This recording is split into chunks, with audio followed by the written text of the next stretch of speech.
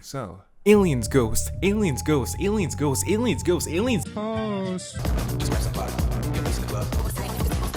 But like, how did this anime take off so quickly? Is it even any good? Maybe all the people that were hyping this anime up were actually just lying to me this whole time. It was actually just one big gaslight. You really think someone would do that? Just go on the internet and tell lies? Let's talk about it.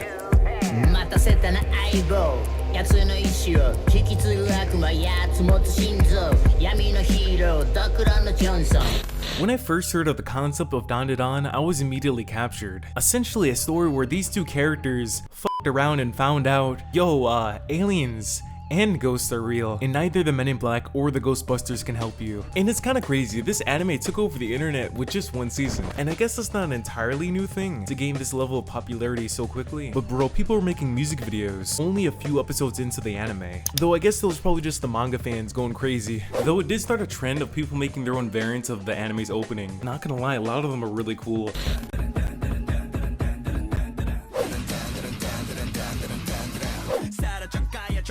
I even considered animating my own, but then I realized I haven't uploaded a video in months and I should probably focus on that before I do anything else. Or else this and the other video I'm working on will never come out. But like, Dandadan, what makes it so special? What's so different about this anime that sets it apart from others? And how did it pull me in just from the first episode? We're gonna get into all that. But first, you gotta understand, Okarun and Momo, these two main characters, these two protagonists are me and I am them. Let me explain. Both of their lives have been influenced by the paranormal, and same with me, though kind of differently. I'm just kind of a nerd for this shit.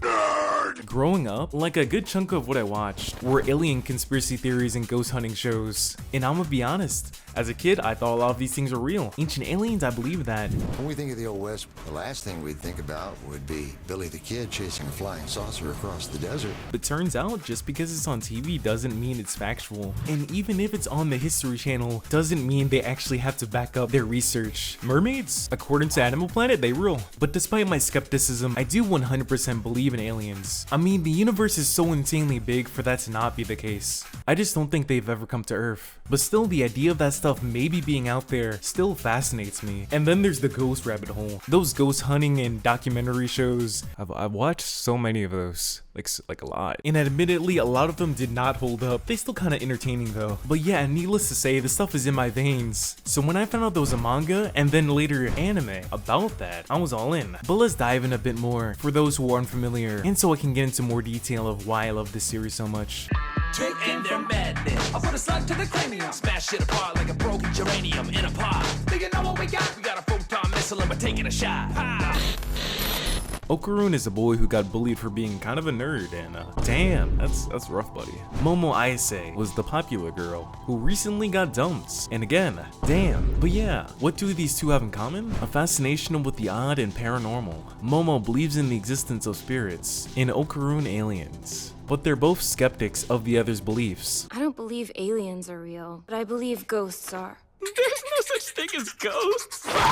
Yeah, they were going back and forth for a bit, until one day everything changed, and Okarun got his molecules rearranged. He had glowing red eyes, he could run, he could fight, he was much more unique than the other guy. It was then that he knew what he had to do. He had to stop with aliens and ghosts are coming through. He's here to fight for just Momo, honestly. Shout out to Danny Phantom though, peak cartoon. Though yeah, I'm getting ahead of myself. Like I was saying, everything would change when all they knew was put to a test to prove each other wrong. One of them would go to an abandoned hospital, because apparently aliens just like love hospitals. They get injured all the time. All those crashed flying saucers, they gotta go somewhere. And the other one, Okarun, would go to a creepy old tunnel. In that moment, they both simultaneously had encounters with the strange and unusual, like Turbo Granny, an old lady spirit that just like really likes to run and eat people's balls. Let me gobble your dog. But we'll get to that in a second. But yeah, Turbo Granny, based off the real-life Japanese urban legend about an old lady who would just speed run down highways. Luckily, the real-life sprinting granny isn't as much of a freak as the Dandadan one is, because bro, that's all I gotta say. And from that point onward, they were pursued by the paranormal. And of course they got powers from their encounters. Momo getting spiritual psychic abilities. Also from that point she kind of carries, I'm gonna be honest. And it's also Okarun losing his balls to Turbo Granny. Yeah, bro got his balls eaten, but in turn getting the powers of said granny, becoming Okarun Phantom, and the journey to get his balls back among other crazy adventures begin. And yeah, this do be a weird show, not gonna lie. I was snatched by aliens. And I got cursed by a ghost.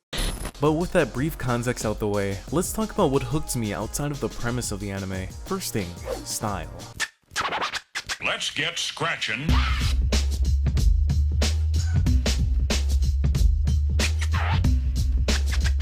From the first trailer, I already knew Dandadan was gonna go crazy, but first we need to talk about the studio behind the anime, Science Saru, who are behind anime like Devilman Crybaby and Scott Pilgrim Takes Off. Also, apparently an Adventure Time episode, and honestly, it's pretty cool. One of their more experimental episodes, so already a very accomplished studio. And they held nothing back when it came to bringing the Dandadan manga to life. Also, side note, I love it when they get anime studios to work on certain scenes or episodes of cartoons, like that one episode of The Amazing World of Gumball, where they got the GOAT Studio Trigger to animate a scene. These are the people behind anime like Kill la Kill, Edge Runners, Little Witch Academia, and so on.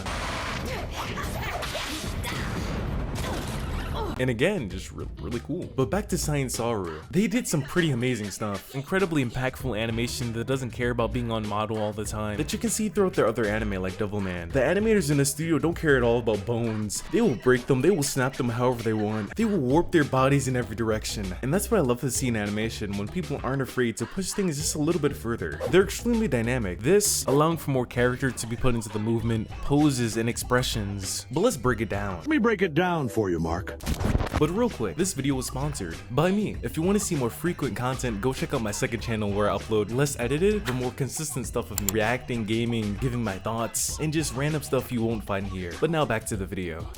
All these crazy expressions, even the way they walk. Every moment throughout the anime has so much personality put into the animation. Simply by the way they move around, you can tell what type of character they are. Like this dude, you can tell he's a bit eccentric, you know, he's a bit out there, a little wacky. Also, the way certain scenes would have dramatic color shifts was such a cool idea to give it a different vibe and feel when certain dramatic or action scenes occur. And honestly, it just really helps set it apart from other animes. It's just so good. Even the art styles peak. This is the type of stuff when I see it, I gravitate towards it. And this is a small thing, but I appreciate how Momo changes up her fits. It's one of my favorite things to see in animated characters when they're actually allowed to change their clothes. And even more so when they actually have a cool style like Momo. But outside of the aesthetics, outside of the animation, what else captured me? Honestly, the characters.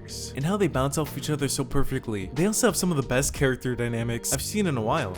Speaking of character dynamics, that leads into my next thing. When I first went into Dandadan, I'll be 100% honest. I expected way more of a battle shonen, but what I got was not that. Because Dandadan is not a battle shonen. Even though it does have battles in it, it's a romance shonen with battles in lowercase. At least in season 1, things could drastically change in season 2 for all I know. I have not read ahead in the manga. But yeah, often people associate shonen with battles exclusively, and a lot of them are very much battle focused and use fights as a vehicle to tell their stories. While Dandadan definitely leans more to romance being their vehicle, but shonen, along with seinen, shoujo, etc., they're demographics, not genre. So the stories they can tell are very versatile. That's why so many people call Attack on Titan a seinen when it's actually a shonen, because it feels so different from a lot of shonen out there. But again, it's a demographic, so it doesn't necessarily have to hold itself to a specific idea or feel. All that yapping to say, I really like how the romance is at the forefront for Dandadan, because it honestly does it so well. The way their growing relationship was written really made me care about it. I mean, I was locked in. I'm not gonna lie, I did not expect to be that invested. It was honestly just really wholesome. And even outside of that, all the characters just worked so well with each other. Even the characters that fell more to the backside of the story, like Momo's friends. For being side to the side characters, they were actually kind of interesting, and I hope to see more of them in season 2. There was also this one character that was criminally only in one episode, and I personally feel like there should be more episodes. You's a freaky ass nigga! But yeah,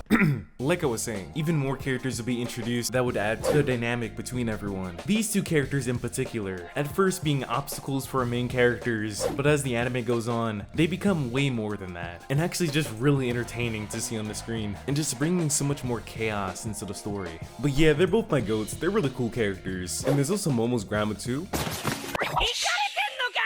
She's pretty cool.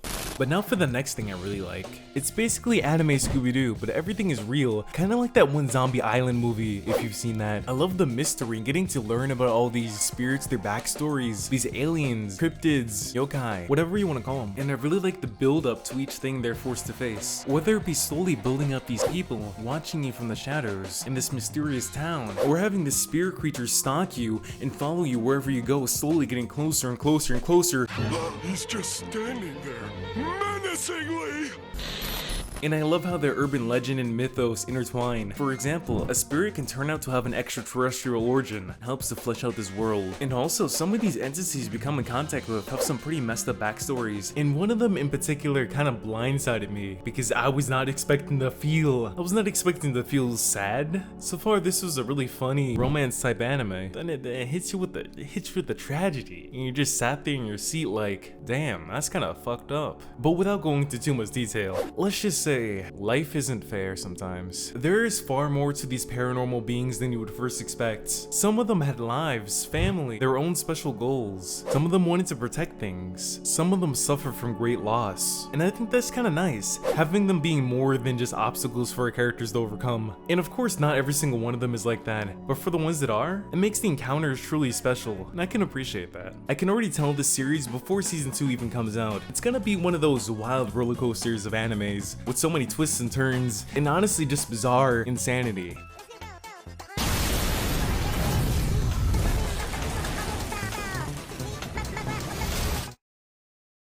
I genuinely understand the hype. It's the type of anime you can honestly sit down and just binge the whole thing. And if you haven't watched it yet, give it a shot. But let me know what you guys think. Do you guys like the anime? Do you guys hate it? What are your thoughts? Let me know in the comments below. Also, make sure to subscribe and click the notifications because you never know when I upload another video. And until next time, dear viewer, peace!